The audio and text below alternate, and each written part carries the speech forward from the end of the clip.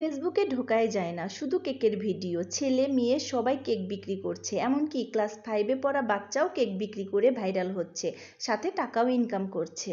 তাহলে আপনারা বসে আছেন কেন? আপনারাও কেক বানিয়ে বিক্রি করুন, ভাইরালও হয়ে যাবেন, সাথে টাকাও ইনকাম হবে। খুবই সহজে অল্প খরচে কিভাবে কেক বানাবেন সেটা আপনাদের সাথে শেয়ার করব।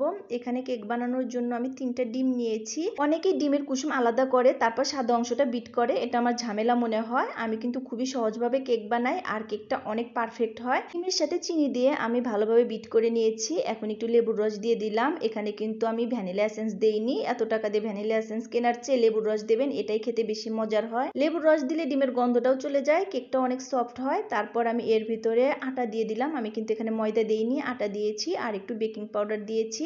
তারপর ভালোভাবে মিশিয়ে নিয়েছি। যেহেতু আমি অরেঞ্জ ফ্লেভারের কেক বানাবো তার জন্য অরেঞ্জ ফুড কালার দিয়ে দিয়েছি। তারপর ননস্টিকের ছোট দুধের হাঁড়িটা, সেটার ভিতরে আমি তেল ব্রাশ করে ওর ভিতরে একটা লেখার কাগজ দিয়েছি। তারপর আমি বেটারটা দিয়ে দিলাম। এখন আমি আপনার যে ছিদ্র আছে সেটা আমি কাগজ দিয়ে বন্ধ করেছি। আগে থেকেই চুলায় আমি তাওয়া গরম করে রেখেছিলাম, তার উপরে এই ফ্রাই প্যানটা দিয়ে দিয়েছি। দেখেন কেকটা কত সুন্দর হয়েছে। ননস্টিকের হাঁড়িতে কেক বানালে কেক কখনোই নষ্ট হয় না, একদম পারফেক্ট হয়। ক্রিম বানানোর জন্য আমি এখানে ভিভো ক্রিমটা নিয়েছি। আর বাজারে তো ক্রিমই পাওয়া যায় না, অনেক খুঁজে খুঁজে এই একটা ক্রিম পেয়েছিলাম।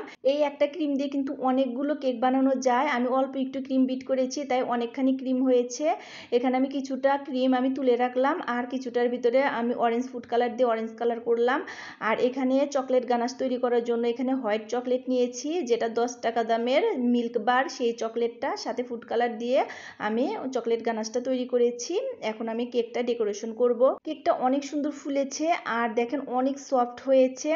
আমি কেকটা এখন 3টা পার্ট করে কেটে নেব। যেহেতু আমি প্রফেশনাল কেক মেক করি না, তাই আমার কেক ডেকোরেশন করার কিন্তু কিছুই নেই, এখন পর্যন্ত কিছুই কিনিনি, তাই প্লেটেই কেকটা ডেকোরেশন করব। আপনারা কিন্তু সবকিছু কিনে তারপর কেকের ব্যবসা শুরু করবেন, তাছাড়া কিন্তু ভালো হবে না, কারণ প্লেটে কিন্তু ভালোভাবে ডেকোরেশন করা যায় না। আমার ছুরিটা অনেক ছোট ছিল, তার জন্য ভালোভাবে কাটাও যাচ্ছিল না। যেহেতু আমি বাসায় খাওয়ার জন্য কেক মেক করি, এর জন্য তেমন কোনো কিছু আমি কিনিনি। এখন ভাবছি যে কেক তৈরি করতে যা যা লাগে সবকিছুই কিনবো, কেকের ব্যবসা শুরু করব, কারণ কেকের ব্যবসায় কিন্তু ভাইরালও হওয়া যায়, সাথে টাকাও ইনকাম করা যায়। আর আমার কেক কিন্তু খেতে অনেক মজার হয়। যাই হোক, এখানে আমি কেকের এক পার্ট নিয়ে এর উপরে সুগার সিরাপ দিয়েছি, তারপর আমি ক্রিমগুলো দিয়েছি। আর ক্রিমগুলো কিন্তু ফ্রিজে রেখে সেট করতে হয়, আমি কিন্তু সরাসরি দিয়ে ফেলেছি, সেট করিনি, তাই একটু নরম নরম হয়েছে। ক্রিম দেওয়ার পর আর এক পার্ট আমি বসিয়ে দিলাম, তারপর আবার সুগার সিরাপ দিলাম, আবার আমি ক্রিমটা দিয়ে দিচ্ছি।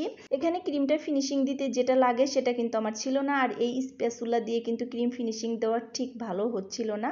আমি কিন্তু অনেক কষ্ট করে ক্রিমটা ভালোভাবে এটার সাথে ফিনিশিং দিয়েছি। যেহেতু নিজেরাই খাবো, তেমন ভালো না হলেও কোনো সমস্যা নেই, খেতে মজা হলেই হলো। সেকেন্ড পার্টে ক্রিম দেওয়ার পরে আমি থার্ড পার্টটাও দিয়ে দিলাম, তারপরে আমি আবার সুগার সিরাপ দিয়েছি, এর উপরে আমি ক্রিম দিয়ে ভালোভাবে ফিনিশিংটা করে নিচ্ছিলাম। এখন একটা নজলের সাহায্যে অরেঞ্জ কালারের ক্রিম নিয়ে আমি ফুলগুলো দিচ্ছিলাম। আমি তেমন ভালো পারি না, আসলে করতে করতেই শিখে যাব।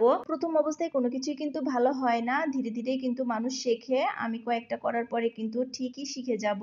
আর ক্রিমগুলো ফ্রিজে না রাখার কারণে কিন্তু নরম ছিল, তার জন্য ডিজাইনটা ভালো করে দিতে পারিনি। এখন কেকের উপরে আগে থেকে তৈরি করা চকলেট গানাশটা দিয়ে দিলাম। কেকটা কেমন হয়েছে অবশ্যই কমেন্টে জানাবেন, খেতে কিন্তু অনেক মজা হয়েছে।